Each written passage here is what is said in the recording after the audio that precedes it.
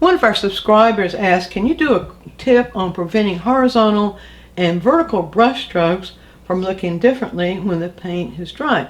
Well, that's both a physics and technical question.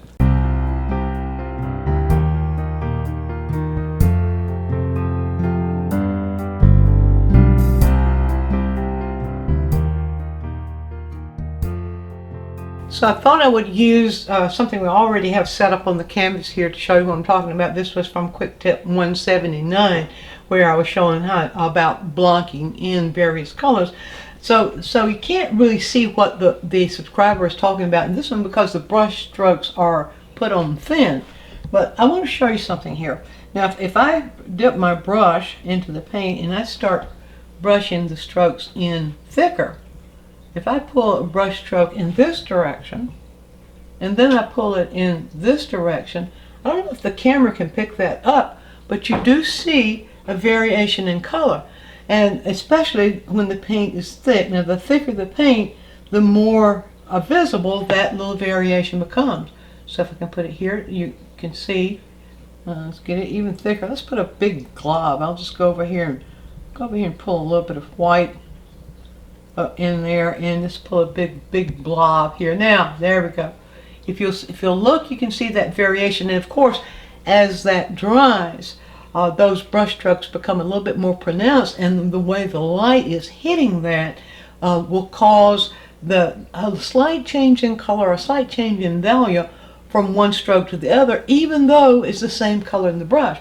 Well, you might notice if you watch portrait painters that a lot of times portrait painters will use this little method that I'm going to show you now, and it's also a good method for using in the sky. Now sometimes you can use that fact as a part of the painting. You can do it on purpose to make that as a part of the painting, where you have the variation in those brush strokes, and the actual variation in the strokes can enhance what's happening on the canvas. So you can use it for a good use, but sometimes it can be irritating. It can kind of interfere with what you want to happen.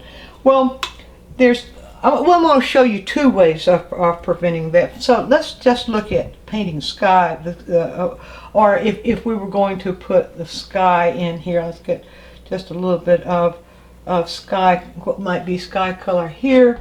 And all right, now if I'm painting sky, let's get this a little bit more of that white in there. If I were painting sky in that, now watch.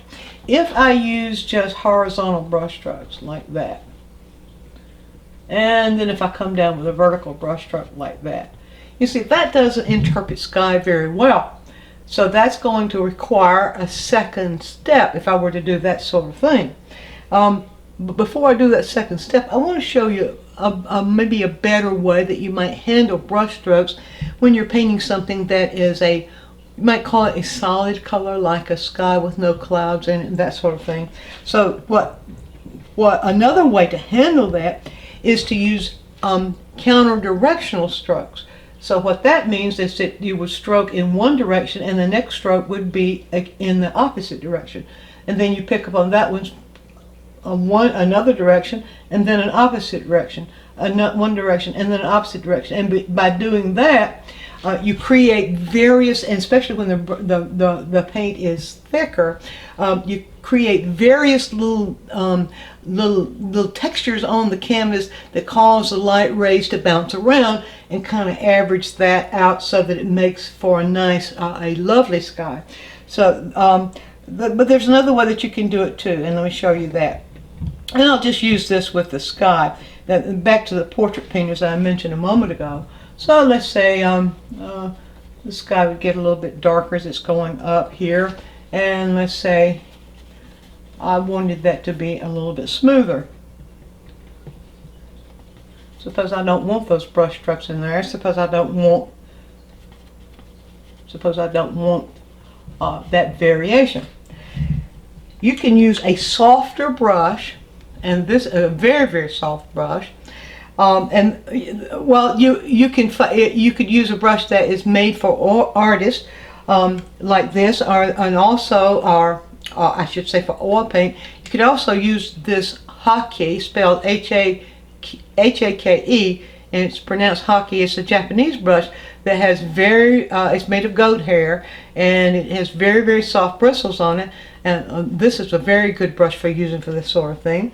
But what you can do is allow this brush, to just whisper very gently. Now watch what happens. You see, when I just barely touched it, you can hardly see any paint on the brush.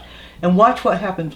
Watch how that little bit of just allowing the soft brush to I think of it as kind of just whispering over the paint, and it pulls those strokes together. It pulls that texture out so that the light doesn't bounce from all different directions and cause that change that we're talking about. So yeah, when you're doing portrait painting, this is especially effective.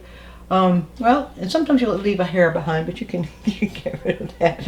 So using for portrait painting, or for paintings, guys, are any area where any image, I should say, where you don't want that counter or that difference in the stroke, just sort of smooth it out a little bit, and it should take care of the whole thing.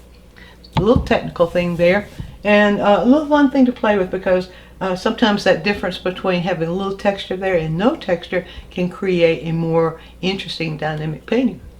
So if you have something that you need clarity on, you'd like for me to address, leave us a comment right in here, and we'll put it on our schedule.